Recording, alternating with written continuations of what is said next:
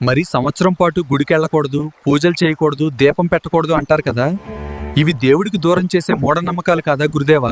సంవత్సరం పాటు దైవనామస్మరణ చేయకుండా గుడికి వెళ్లకుండా ఉంటే మనిషి దారి తప్పే అవకాశం ఉంది కదా గురువుగారు. గుడి అనేది ఒక అపారమైన పాజిటివ్ ఎనర్జీ, సత్వగుణం ప్రసరించే కేంద్రం. మరణం జరిగిన ఇంట్లో ఉన్నవారు తీవ్రమైన శోకంలో, తమోగుణంలో ఉంటారు.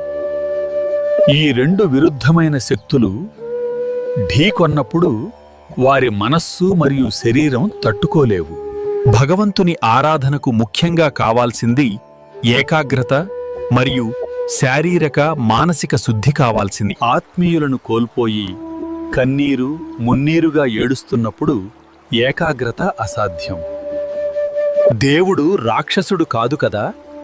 బాధలో ఉన్న భక్తుడిని బలవంతంగా పూజ చెయ్యమని శాసించడానికి.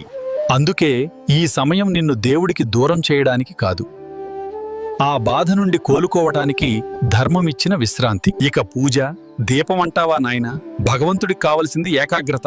కన్నీళ్లతో ఉన్న భక్తుడు యంత్రంగా పూజ చేయాలని ఏ శాస్త్రం చెప్పదు. గురుదేవా, మీ వివరణ అత్యద్భుతం. కానీ అందరి మనఃస్థితులు ఒకేలా ఉండవు కదా.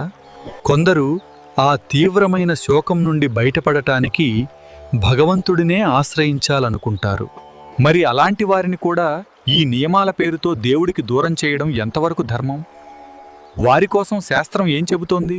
దేవాలయ ప్రవేశము, అర్చామూర్తి స్పర్శ వంటివి భౌతిక క్రియలు నాయన. శోకంలో ఉన్న శారీరక దోషములు, అపరిశుభ్రత ఆ పవిత్ర స్థలానికి సోకకుండా ఆపారు. కాని కూర్చున్న చోటే కళ్ళు మూసుకుని చేసుకునే దైవ నామస్మరణను ఏ శాస్త్రమూ ఆపలేదు. శరీరానికే సూతకం ఉంటుంది కానీ ఆత్మకు దేవుడికి మధ్య సూతకం ఉండదు. మీకు ఈ వీడియో నచ్చినట్లయితే లైక్ చేయండి, కామెంట్ చేయండి మరియు సనాతన ధర్మం గురించిన మరిన్ని విశేషాల కోసం మా ఛానల్ను సబ్స్క్రైబ్ చేసుకోండి.